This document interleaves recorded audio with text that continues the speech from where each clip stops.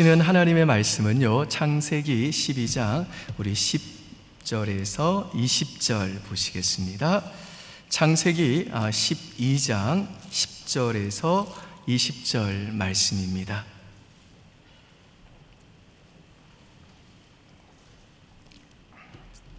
다 찾으신 줄 알고 우리 10절로 20절 한 절씩 저랑 여러분 나눠 읽을까요? 10절 제가 읽겠습니다. 그 땅에 기근이 들었으므로 아브라함이 애굽에 거류하려고 그리로 내려갔으나 이는 그 땅에 기근이 심하였음이라.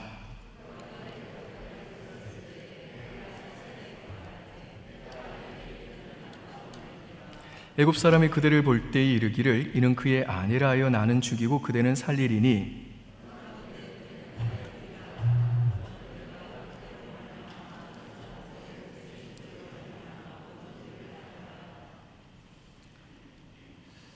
아브라함이 애굽에 이르렀을 때 애굽 사람들이 그 여인이 심히 아리따움을 보았고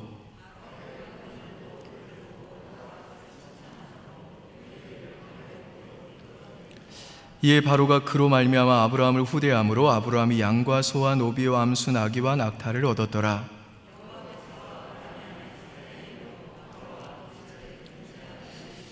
바로가 아브라함을 불러서 이르되 내가 어찌하여 나에게 이렇게 행하였느냐? 내가 어찌하여 그를 내 아내라고 내게 말하지 아니하였느냐?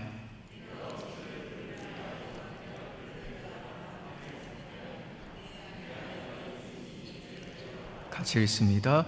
바로가 사람들에게 그의 일을 명하며 그들이 그와 함께 그의 아내와 그의 모든 소유를 보내었더라. 아멘. 아브라함이 드디어 하나님께서 약속하신 가나안 땅에 도착했습니다. 분명히 하나님이 인도하시는 길이었어요. 하나님 말씀을 따라 움직인 믿음의 길이었습니다. 그런데 많은 사람들은요, 이렇게 하나님이 인도하시는 길, 믿음의 길을 걸어가면 만사형통이 될 것이다 라고 생각을 합니다. 하지만 그렇지 않아요. 요한복음 16장 33절 보니까 세상에서 내가 환난을 당하나 담대하라 내가 세상을 이기었노라 라고 예수님이 말씀하셨습니다. 그러니까 우리가 이 땅을 살아갈 때 아무리 주의 말씀대로 믿음으로 순종하고 살아간다 할지라도 환난이 있다는 것입니다. 그러나 동시에 최종 승리도 있다는 것입니다. 근데 환난 없이 만사형통으로서의 승리가 아니라 환난을 극복한 고난을 통과한 승리다. 이게 성경이 우리에게 주는 메시지라는 것입니다. 예컨대 사도행전 16장 같은 데를 봐도요, 두로와 환상이 있었습니다. 성경께서 분명히 그 사도 바울의 길을 인도해 주신 것입니다. 그 환상을 보고 마케도냐로 갔습니다. 근데 만사형통이었나요? 아니었죠. 귀신 들려 점치는 여자를 고쳐줬다고 감옥에 갇히게 되었습니다. 만사형통 아닙니다. 어두컴컴하고 습기 찬 감옥 속에 갇히게 되었다고요. 착고에 매여 있었습니다. 그런데 거기서 낙심하지 아니하고 기도하고 찬송했을 때 옥문이 열려버렸죠. 그래서 주 예수를 믿으라 그리하면 너와 내 집이 구원을 받으리라 라고 하는 말씀이 나오지 않습니까? 그리고 간수와 온 가족이 그 말씀을 믿게 되고 그것이 빌립보 교회가 출발하게 된 계기가 되었습니다. 환난이 있었고 동시에 승리가 있었다라고 하는 게 하나님께서 우리 성도들을 이끌어갈 때의 패턴이라는 것입니다. 오늘 본문에도 보면 이와 똑같은 얘기가 또 나옵니다. 하나님이 아브라함을 인도하셨습니다. 그래서 아브라함이 마침내 약속의 땅에 들어갔습니다. 그런데 그 약속의 땅이 만사형통이었느냐? 아니라는 것입니다. 약속의 땅에도 기근이 있더라는 것입니다. 그래서 오늘 본문 10절 보시면요, 그 땅에 기근이 들었으므로, 여러분이 농경사회에서 이 기근이라는 것은요, 지금 우리식으로 말하면 경제 불황입니다. 경제 불황이 오면 주가가 폭락하게 되죠. 그래서 투자를 안 한 사람은 상관없습니다만은 상당 부분 투자했던 분들은 재산이 반토막이 날아가기도 하고 또 어떤 분들은요, 큰 손실을 보고 빚을 지기도 합니다. 그게 바로 기근이죠. 경제 위기죠. 이 경제 위기가 닥치면 어마어마한 일들이 벌어지는 거 아닙니까? 1997년 정말 우리가 잊을 수 없는 그 외환위기 우리 겪지 않았습니까? 또 일상적으로 보면 이 불경기 부도를 맞았다, 그런 게 기근이라는 것입니다. 이 경제적인 문제는요, 영향받지 않는 사람이 없습니다. 가장, 집안의 그 가장 한 사람만 영향받는 게 아니라 온 가족이 영향을 받습니다. 경제적인 그 어려움 때문에 공부하던 학생이 학업을 중단하기도 합니다. 유학 갔던 자녀들이 돌아오는 건 말할 것도 없고, 어떤 가정은 어디 모여 같이 살 곳이 없어가지고 가족이 다 뿔뿔이 흩어져 버리기도 합니다. 그래서 가족이 다시 모여 사는 게 꿈입니다. 경제라는 게 그런 겁니다. 또 이 경제의 어려움이 오면 몸이 아픈데 치료의 기회를 돈이 없어서 놓치는 경우도 있습니다. 이처럼 이 경제적인 문제라는 것은 삶 전체에 다 영향을 미친다는 것입니다. 아브라함에게 지금 이런 문제가 닥쳤다는 겁니다. 이 기근이요, 이건 만만한 일이 아니라는 것입니다. 우리가 먹을 거 더 있고 없고의 문제가 아니라 이건 생사의 갈림길에 놓여 있는 그런 큰 고난일 수 있다, 이렇게 우리가 받아들여야 된다는 것입니다. 그럼 문제는 뭐냐? 우리에게도 이런 경제 불황이나 어려움이 올 때에 어떻게 극복할 거냐라는 것입니다. 인생의 기근을 만나 불안과 두려움이 우리에게 몰려올 때에 우리는 대체 나와 내 가정의 안전을 어떻게 지킬 거냐는 것입니다. 그래서 이 시간에는 인생의 기근을 만날 때라고 하는 제목으로 이 본문을 통해서 이 질문에 대한 답을 두 가지로 정리해 보고자 합니다. 첫 번째, 우리가 인생의 기근을 만날 때 내가 나를 지킬 수 없고 내 삶 전체와 가정을 지킬 수 없고 하나님이 나와 내 삶 전체와 내 가정을 지키신다는 거 믿어야 됩니다. 오늘 본문에서 인생의 기근을 만났을 때 아브라함이 선택한 방법은 뭐냐? 애굽으로 내려가는 것이었습니다. 근데 이건 아브라함이 하나님을 신뢰하면서 선택한 방법이 아니라 아브라함이 자기 생각을 가지고 찾아낸 인간적인 대안이었습니다. 10절 한번 보실까요? 12장 10절 같이 읽습니다. 그 땅에 기근이 들었으므로 아브라함이 애굽에 거류하려고 그리로 내려갔으니 이는 그 땅에 기근이 심하였음이라. 아마 아브라함은 먹을 것이 애굽에 있으니까 우리 애굽으로 가자라고 쉽게 생각했을 겁니다. 거기 가서 영원히 우리가 살자 그런 생각은 안 했을 것입니다. 잠시 내려가가지고 이 위기만 피하면 될 거 아니냐, 아마도 그런 생각을 했던 것 같습니다. 근데 아브라함의 이 선택은 하나님의 말씀을 따른 것이 아니라 전적으로 자신의 그 생각을 따라 자신의 이성으로 내린 판단이요, 결정입니다. 여러분, 우리 인간의 생각, 우리 인간의 이성은요, 항상 불완전합니다. 그리고 말씀의 길을 따라가는 사람이 좀 어리숙해 보여도, 그리고 또 그게 좀 세상 사람들이 볼 때는 바보 같고 손실이 있는 길처럼 보여도 왜 승리하느냐? 그게 바로 완전하신 하나님의 길이기 때문입니다. 그 길은 환난이 있고 어려움이 있다 할지라도 분명히 생명의 길입니다. 그런데 우리 인간의 이성의 결정은요, 눈에 보일 때는 명확한 길 같아 보입니다만은 불완전한 길이라는 것입니다. 그래서 이성적인 판단은 언제나 한 가지 문제는 해결하지만 언제나 또 다른 문제를 야기시킨다는 겁니다. 잘 보세요. 지금 흉년의 문제였습니다. 기근이 문제였다고요. 그래서 아브라함이 우리 애굽으로 가자라는 이 이성적인 결정을 내려가지고 식량 문제는 해결이 됐습니까? 안 됐습니까? 해결됐습니다. 근데 인간은 그것밖에 안 보는 것입니다. 그러니까 아브라함은 당장에 눈에 보이는 그 필요, 내가 이렇게 하면 해결될 거다. 그런데 하나님은 왜 이런 걸 못 볼까? 오히려 하나님은 답답하다. 하나님, 좀 지혜를 가지시죠. 대체 왜 그러십니까? 이렇게 내 눈에도 뻔히 보이는 걸 왜 모르십니까? 애굽에 내려가면 식량 문제는 해결된다고요 라고 하면서 내 생각으로, 내 이성으로 마치 내가 하나님의 지혜보다 더 똑똑한 지혜를 가진 사람인 양 애굽을 선택했다는 겁니다. 그런데 그렇게 아브라함이 자기 생각으로 자신과 자신의 그 가정의 안전을 지키고자 했을 때 기근의 문제는 해결됐지만 또 다른 문제가 생겼죠. 또 다른 문제가 뭔가요? 아내의 문제예요. 아내, 사례가 예뻤던가 봐요. 사실 먹는 문제보다 더 큰 문제가 아내의 문제고, 먹는 문제보다 더 큰 문제가 생명의 문제 아닙니까? 아브라함이 자기가 이제 애굽에 내려갔을 때 그 아내 때문에 사람들이 이제 그 아내가 예쁘니까 자기를 죽이고 아내를 빼앗으면 어떡하지 하는 이 불안감과 두려움을 가지게 된 겁니다. 그래서 아브라함이 애굽으로 내려갈 때 자신의 그 생명을, 또 자기 아내의 생명을 나름 지키기 위해서 아내 사라에게 뭐라고 부탁하냐? 당신이 내 아내라고 말하지 말고 누이라고 말해달라 라고 하는 인간적인 편법을 씁니다. 우리 11절로 13절 보실까요? 11절에서 13절 같이 읽습니다. 그가 애굽에 가까이 이르렀을 때에 그의 아내 사레에게 말하되 내가 알기에 그대는 아리따운 여인이라 애굽 사람이 그대를 볼 때에 이르기를 이는 그의 아내라 하여 나는 죽이고 그대는 살리리니 원하건대 그대는 나의 누이라 하라. 그러면 내가 그대로 말미암아 안전하고 내 목숨이 그대로 말미암아 보존되리라 하니라.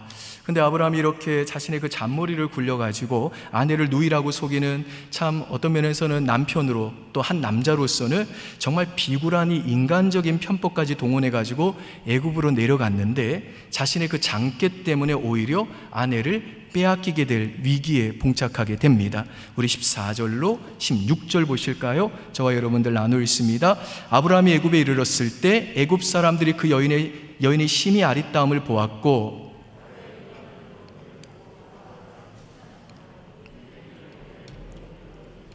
같이 있습니다. 이에 바로가 그로 말미암아 아브라함을 후대함으로 아브라함이 양과 소와 노비와 암수 나귀와 낙타를 얻었더라. 여러분 잘 보세요. 문제 하나 해결하고 더 큰 문제가 생겨버렸잖아요. 혹 때려두고 하려다가 오히려 더 큰 혹이 붙어버렸잖아요. 대부분의 이 인간적인 판단을 내린 사람들의 결정들이 다 이렇다는 것입니다. 당장 눈앞에 보이는 그 문제 해결하고 두세 가지 문제 더 붙여가지고 사는 사람이 너무 많다는 것입니다. 그래서 세상에는요, 문제가 떠나지 않는 겁니다. 왜요? 인간적인 판단은 언제나 이런 패턴을 반복하기 때문에 그렇다는 것입니다. 아브라함이 하나님이 아니라 내가 내 자신과 내 가족의 안전을 지킨다고 아내를 누이라고 속이는 이 이성의 잔머리를 굴려버렸더니 결국 문제를 더 어렵게 꼬이게 만들지 않습니까? 그러니까 우리가 인생의 기근을 만났을 때 하나님이 아니라 그분의 말씀을 따르는 것이 아니라 내가 내 삶과 내 가족과 내 인생 전체를 지키려고 그러면 언제나 문제가 더 꼬인다는 것입니다. 지금 당장 눈에 보이는 그 기근의 문제는 해결될지 몰라도 더 큰 위기에 봉착하게 된다라는 것입니다.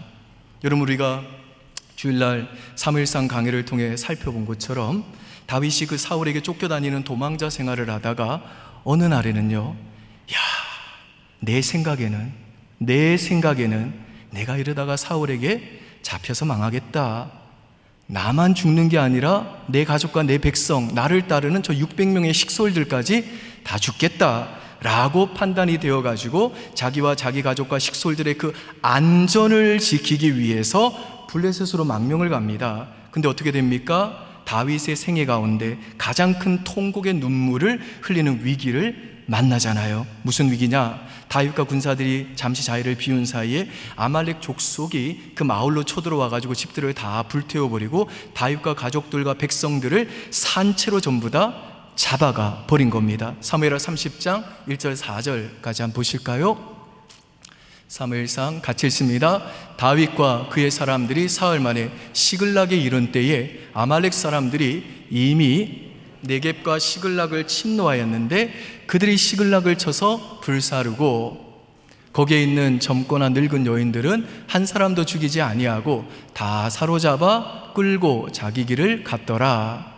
다윗과 그의 사람들이 성읍에 이르러 본즉 성읍이 불탔고 자기들의 아내와 자녀들이 사로잡혔는지라. 다윗과 그의 한 백성이 울 기력이 없도록 목소리를 높여 울었더라. 여러분 혹시 일평생 지금까지 살아오면서 언제 한번 통곡을 해보셨습니까? 그 통곡이 너무 길어져서 아무 기록도 없이 목이 잠겨서 목소리도 안 나오고 울고 싶은데 더 이상은 정말 기력이 없어가지고 울지 못할 정도의 그 슬픔을 경험해 본 적이 있으십니까?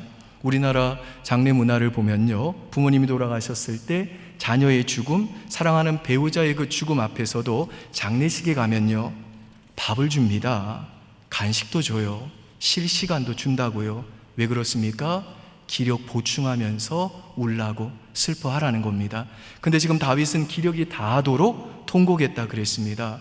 많은 사람들의 생애 가운데 이러한 통곡을 경험한 사람들 그렇게 많지 않을 겁니다.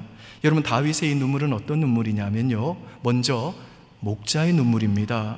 다윗은 어떤 사람이었냐? 양들을 치는 그 목동 시절에 곰이나 그 사자한테 새끼 양 한 마리라도 빼앗기면 그걸 끝까지 쫓아가가지고 그 곰과 사자와 싸워가지고 다시 그 새끼 양을 찾아올 처럼 정말 뜨거운 이 가슴, 목자의 가슴을 가진 사람이었습니다. 여러분이 곰 발바닥이 얼마나 큰지 사진 한번 보실래요? 이 곰 발바닥입니다. 무시무시하죠. 여러분, 곰이 얼마나 잔인한지 몰라요. 곰이 좋아하는 고기가 말고기래요, 말고기. 그래서 이 다큐멘터리 같은 걸 보면요, 곰이 그 인가로 내려가면 말이 막 떨어요. 그러면 지금 본 이 사진, 이거 좀 치워주세요. 겁나가지고.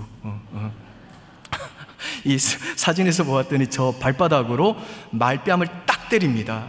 그러면요, 말이 기절을 해요. 절대 죽이지 않습니다. 기절하면 그 말을 이제 등에 이렇게 엎고 자기 산속으로 가는 거예요. 그러면 말이 기절한 상태로 이제 그 곰 등에 엎혀가지고 끌려가는 거죠. 곰은요, 생식을 좋아해가지고 심장에서부터 제일 먼 곳에서부터 먹는데요. 그래서 말이 숨이 붙어 있는 동안 이제 이 곰이 다 뜯어먹고 죽여버리면 또 다른 거 사냥하는 게 그 짐승이 바로 이 곰이라는 것입니다. 근데 말 한 마리를 그냥 한 번에 펀치로 날려버리는 저 곰의 발톱으로부터 양새끼 한 마리를 살리기 위해 곰과 싸운 사람, 그게 다윗이었다는 겁니다. 그러니 다윗이 목자로서의 자존심이 얼마나 강했겠습니까? 그리고 자기와 함께 도망자 생활을 했던 그 사람들이 600명이라고 그랬는데 자기가 그 목양했던 그 백성에 대한 책임감이 얼마나 컸겠어요. 그런데 그 백성을 자기가 지키지 못했으니 지금 그 자책감 때문에 통곡을 하는 겁니다. 목자의 눈물이죠. 그리고 이 처참한 경험을 통해 하나님께서는 다윗이 왕이 되기 전에 네가 양떼를 지키는 그 모습을 내가 기특히 보아서 내 양떼인 이스라엘 백성을 너에게 맡겨야 되겠다라고 내가 너를 왕으로 점찍었는데, 근데 너가 하나 알 것은 네 실력으로 목양하는 거 아니야. 하나님의 백성을 네가 수백 마리 양 지키는 그 마음으로 목양하는 건 참 가상하지만 네 실력으로 네가 감당할 수 있는 일이 아니야. 하나님의 것은 하나님의 능력에 맡기는 거야 라고 하는 이 뼈아픈 메시지를 일평생 왕으로 있는 동안 기억하라고 이 교훈을 그의 가슴 깊이 새겨 넣으셨다는 겁니다.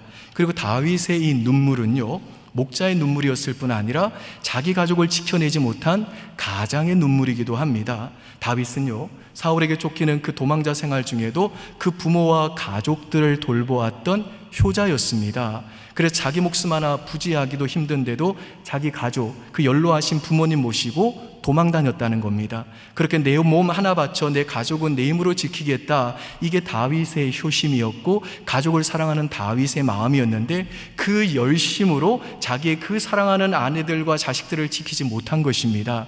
그래서 눈물을 흘린 겁니다. 가장의 눈물이죠. 여기 계신 우리 사랑하는 청년 여러분들은 아직 아마 가장의 눈물을 상상조차 못하실 겁니다. 근데 사실은 신앙이 좋으신 우리 장로님들, 또 권사님들, 우리 집사님들이 내 자식들은 내 거 아니고 하나님의 것이죠.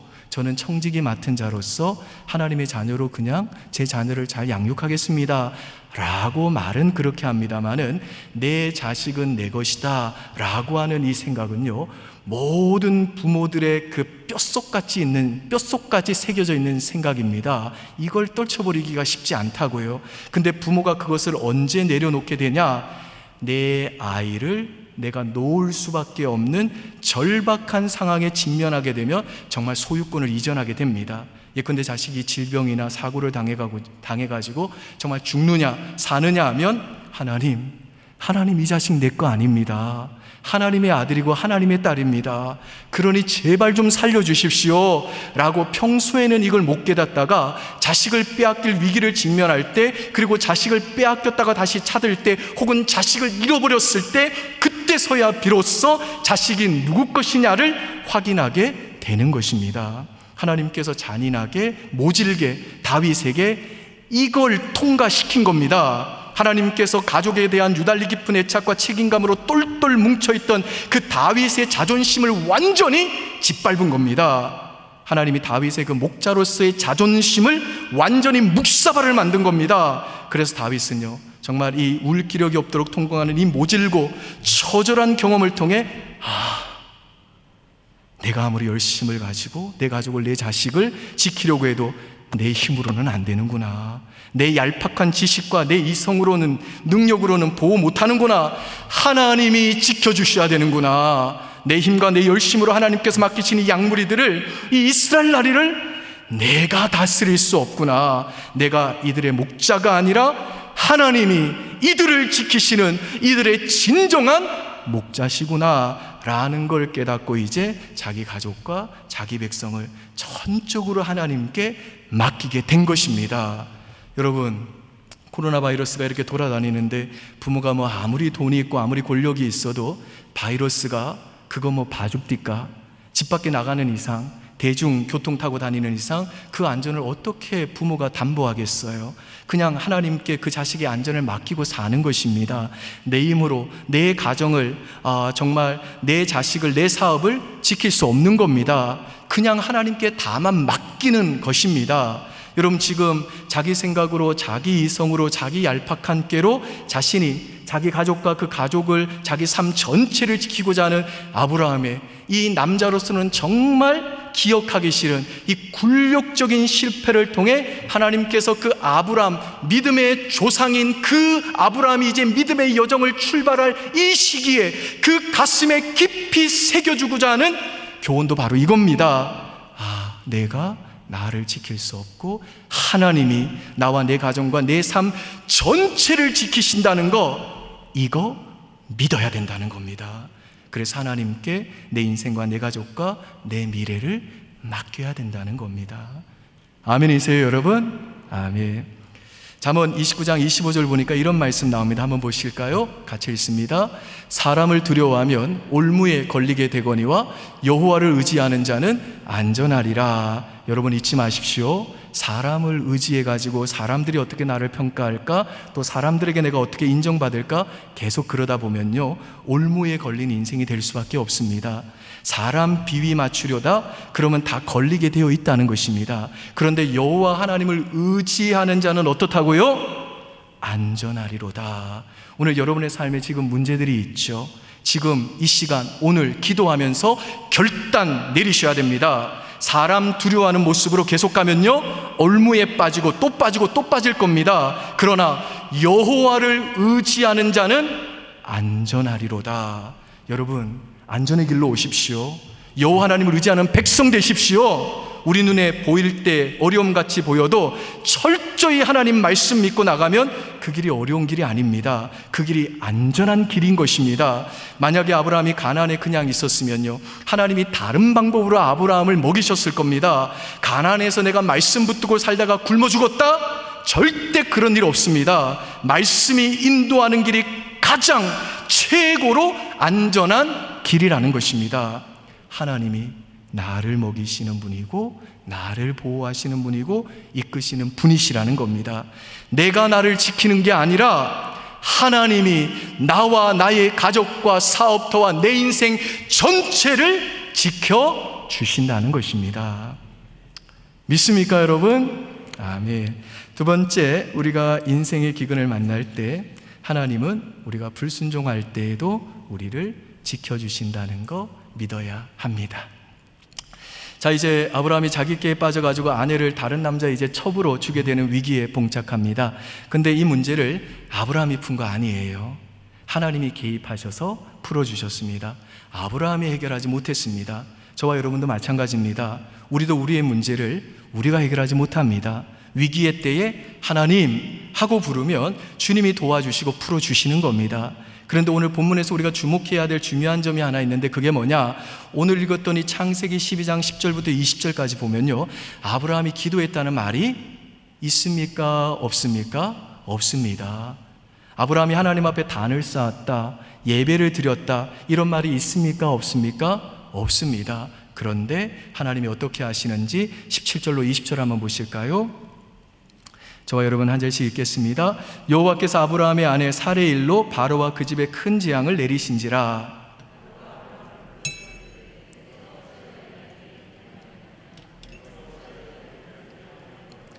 내가 어찌 그를 누이라 하여 내가 그를 데려다가 아내를 삼게 하였느냐? 내 아내가 여기 있으니 이제 데려가라 하고 바로가 사람들에게 그의 일을 명하매 그들이 그와 함께 그의 아내와 그의 모든 소유를 보내었더라. 지금 기도가 없는데도 하나님이 아브라함을 보호해 주셨습니다. 불순종했는데도 불구하고 하나님이 보호해 주셨다고요. 왜요? 하나님의 백성은 불순종 중에 있을 때에도 여전히 하나님께서 지켜주시고 보호해 주시는 하나님의 자녀이기 때문에 그렇습니다. 누가복음 15장 보십시오. 탕자가 범죄하고 깨지고 외국 나가서 허랑방탕했을 때 그때는 아들이 아니었나요? 아니죠. 탕자가 아버지의 아들이 아닌 적은 한 번도 없었습니다. 집에서 순종할 때는 아들이었고 좀 삐딱하게 놀 때에도 아들이었고 집 나갈 때도 아들이었고 허랑방탕할 때도 아들이었고 다 깨져도 만신창이 됐을 때도 아들입니다. 아들이라고 하는 신분은 변함이 없다는 겁니다. 마찬가지로 저와 여러분이 불순종하는 그 순간에도 우리가 하나님의 자녀라고 하는 이 신분은 변하지 않기 때문에 우리 하나님은요, 우리가 불순종 가운데 있다 할지라도 우리에게 우리가 다시 바른 길 가도록 그 징계의 해초리를 들고 우리를 다시 바른 길로 인도하시기는 합니다마는 우리를 그 불순종 중에도 여전히 지켜주신다는 것입니다. 여러분, 우리는 보통 내가 기도하면 하나님이 날 보호해 주시고 또 내가 예배를 잘 드리면 하나님이 나를 붙들어 주신다고 생각하는데요, 그렇지 않습니다. 저도요, 굉장히 깊은 영적 침체에 빠져가지고 넘어졌을 때가 있었습니다. 진짜 그때는 찬송도 안 나오고요, 기도도 안 나오고 그냥 가만히 이렇게 멍하니 그렇게 하늘만 쳐다보고 있을 때가 있었습니다. 몇 주를 그렇게 보냈습니다. 근데 그 순간을 다시 되돌아보면요, 그때 하나님이 나와 함께 하지 않았느냐? 아닙니다. 그때도 하나님이 저를 붙들어 주셨습니다. 하나님이 그때도 여기저기서 저를 도와줄 자들을 보내주셨고요, 제가 나중에 알게 된 일입니다마는 그때 저를 위해 중보 기도해 주었던 사람들이 엄청나게 많았고요, 그때도 하나님이 왕성하게, 아니 더 왕성하게 저를 위해 일하고 계셨습니다. 그때 제가 기도 거의 못했거든요. 기도가 나와야 기도를 하죠. 말씀 읽어도 무슨 소리인지 이해도 안 되고 진짜 속된 말로 멘붕 상태, 멘탈 붕괴로 그냥 쭉 멍하니 보내고 있었는데 그때도 하나님이 아무것도 안 하셨다? 누가 그래요? 하나님이 그때도 여전히 나를 지켜주셨고 여전히 붙들어 주셨고 여전히 이끌어 가셨다는 것입니다. 왜요? 불순종할 때에도 우리는 여전히 하나님이 지키시는 하나님의 사랑받는 자녀이기 때문에 그런 겁니다. 그리고 하나님이 아브라함에게 약속하셨잖아요. 너가 복의 근원이 될 거야. 너를 축복하는 자 내가 복을 내리고 너를 저주하는 자에게 내가 저주할 거야. 그렇게 하나님께서 아브라함에게 약속하셨기 때문에 하나님은요, 아브라함이 그렇게 불순종의 중에 있을 때에도 아브라함에게 하신 그 약속대로 신실하게 아브라함과 사레를 지켜주신 겁니다. 여러분, 지금 아브라함에게 그 안전을 위협하는 가장 큰 위험의 요소가 뭐였나요? 저 애굽의 바로가 나 죽이고 아내 빼앗는 거, 그거 아닙니까? 근데 하나님이 어떻게 아브라함과 사레를 지켜내셨습니까? 20절에 보면요, 아브라함이 두려워했던 바로 그 바로가 모든 백성들에게 이 사람들 건들지 말아라, 그러면서 아브라함과 그의 아내와 그의 모든 소유를 보내줬잖아요. 그러니까 아브라함은요, 거짓말로 내가 나와 내 가족을 지켜야 된다고 생각했는데 하나님은요, 아브라함이 두려워하는 바로 그 이방의 왕마저도 통제해서 그 바로의 명령을 통해 아내를 지켜내시더라는 것입니다. 여러분, 무엇이 더 정말 우리 인생에 안전한 방법입니까? 아내를 누이라고 속이면 내 목숨은 지킬 수 있을지 모르지만 아브라함의 노력으로는 아내를 지킬 수 없는 겁니다. 사례는 그냥 남의 남자의 첩으로 가는 거라고요. 나는 거기까지는 통제가 안 되는 겁니다. 내 이성의 한계인 겁니다, 그게. 그러나 우리 전지하시고 완전하신 하나님은요, 내가 제일 위험하다고 생각했던 그 바로마저도 그 통제하사 그 바로를 통해 오히려 나와 내 아내까지도 내 모든 소유까지도 감싸시더라는 것입니다. 그래서 지금 아브라함이 뭘 깨달았나요? 하나님이 아닌 내 방법으로 내 안전을 확보하고자 하는 것은 어리석은 일이구나. 여러분은 제가 틀리면 참 좋아하세요. 그리고 기근의 때에든 어떤 상황에서든 나는 하나님의 약속만 신뢰해야 되는구나, 하나님 말씀만 신뢰해야 되는구나, 이걸 깨달았다는 겁니다. 사랑하는 우리 성도 여러분, 우리 하나님은요, 우리에게 설령 기도가 없고 찬송이 없고 우리가 불순종할지라도 여전히 우리를 사랑하세요. 내가 기도할 힘이 없는 그때에도 예수님은요, 나를 위해 쉬지 않고 기도하시고요, 내 안에 계신 성령님은요, 기도하지 못하는 나를 위해 탄식하며 간구하십니다. 그래서 우리가 정말 진짜로 예수 믿는 하나님의 백성이라면요, 우리는 그 불순종의 자리에 절대로 계속해서 머물러 있을 수 없는 겁니다. 오히려 우리는요, 우리가 그 불순종의 자리에서도 여전히 그 약속의 말씀대로 우리를 신실하게 지켜주시는 이 하나님의 열심과 우리가 기도하지 못하는 그때에도 우리를 위해서 기도해 주시고 탄식해 주시는 예수 그리스도와 성령님의 그 기도와 간구의 능력으로 말미암아 하나님의 약속을 신뢰하는 그 믿음의 자리로 다시 돌아가 하나님과 동행하는 인생을 살 수밖에 없는 것입니다.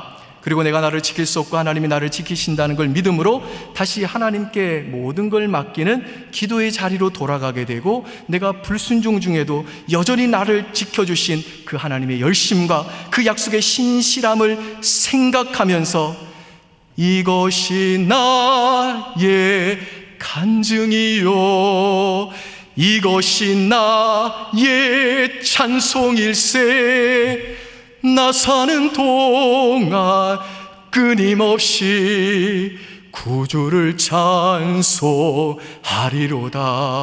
This is my story 라고 하면서 하나님의 그 변함없는 은혜와 사랑을 찬양하면서 하나님께서 우리를 완성의 자리로 이끄는 그 완성의 날까지 하나님 손 붙잡고 믿음의 길을 끝까지 걸어가게 되는 것입니다. 이게 신자의 인생인 겁니다. 믿습니까 여러분? 아멘. 바라기는 오늘 이 시간 우리를 지키시는 이 하나님 찬양하면서 우리가 지금 인생의 기근을 만났다 할지라도 우리를 능히 보호하시고 지키시는 이 하나님께 다시 우리의 인생의 모든 문제 기도로 맡기고, 다시 내가 모든 일에 실패해도 하나님의 말씀을 믿고 믿음의 길을 걸어가는 데는 실패하지 않기로 결단하는 은혜가 저와 여러분 모두에게 있으시기를 주의 이름으로 축원드립니다. 아멘.